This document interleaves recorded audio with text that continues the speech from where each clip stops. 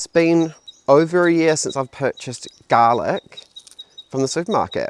We're going to do all of the garlic today, probably a little bit less than last year.